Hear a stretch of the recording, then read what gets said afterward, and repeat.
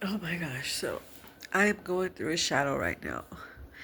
And it's a shadow that is just telling me that I'm alone and that I don't have anybody. And even though that's not true, when I'm here in my sister's apartment, not sure much longer I'll be able to be here, I don't want to overstay my welcome, and I've lost the chances that I had to have a home and have a place for myself. And so I'm thinking, I'm gonna have to go back to the homeless shelter. And I don't want to be around people that are using. And so right now I'm just at a point where I don't want to be alone. I don't want to be without my family and friends. I don't want to be without people that are familiar, that I know that are going to love me and be there for me. So this is just a shadow. It's just making me feel like I'm going to be alone. It's making me feel like there's nobody there when I know it's not true. I know it's not true.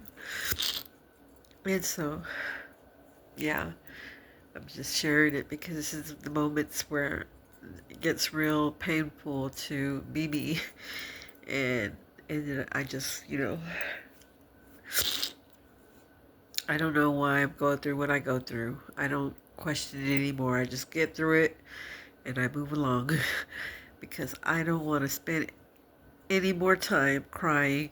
I don't want to spend any time being depressed. I don't want to spend these moments, even when I am alone, to be feeling like I have nobody when I know that's not true. And I know that if I was dying in the hospital bed and I was dying, that one of my five kids would come see me at least. And then one of my brothers and sisters would come and see me at least. I'm not alone. I'm not. And I don't like that the enemy uses that to my mind, to my mental, to make me feel that way. Because even if I didn't have kids, even if I didn't have brothers and sisters, I have friends. I have friends that are like family. I have friends that have done things that probably more for my children than family. I mean, there's never a moment where I'm going to be alone, and I know this. But it is painful. It is painful to think that, like, had I stayed on drugs or been out on the streets and I would have been single by myself, struggling, and it would have been hard. It would have been hard not to have anybody and not to have anybody to lean on or to turn to. And there's people out there that are like that.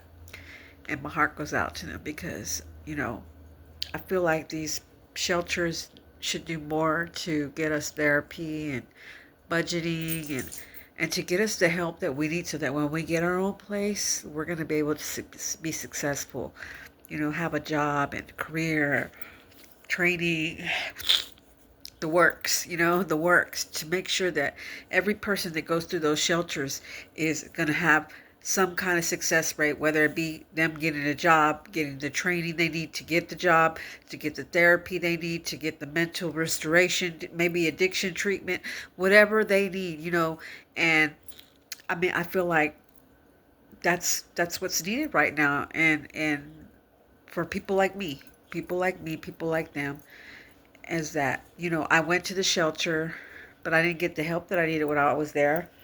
And and look at me now, I'm homeless again. I'm homeless again, even though they helped me get into a place temporary. I got my place, I got my housing, but I lost it.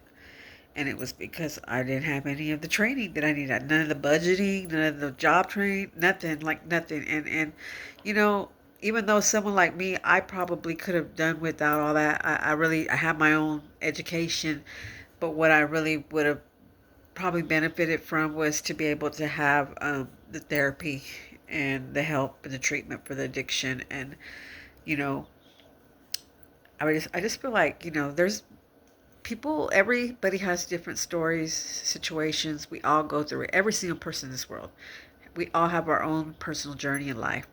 And so no one is excluded from pain, and no one is excluded from, favoritism or anything like that. No, we all are going through this journey of life together. And, you know, I just think it makes it easier if we are encouraging one another, inspiring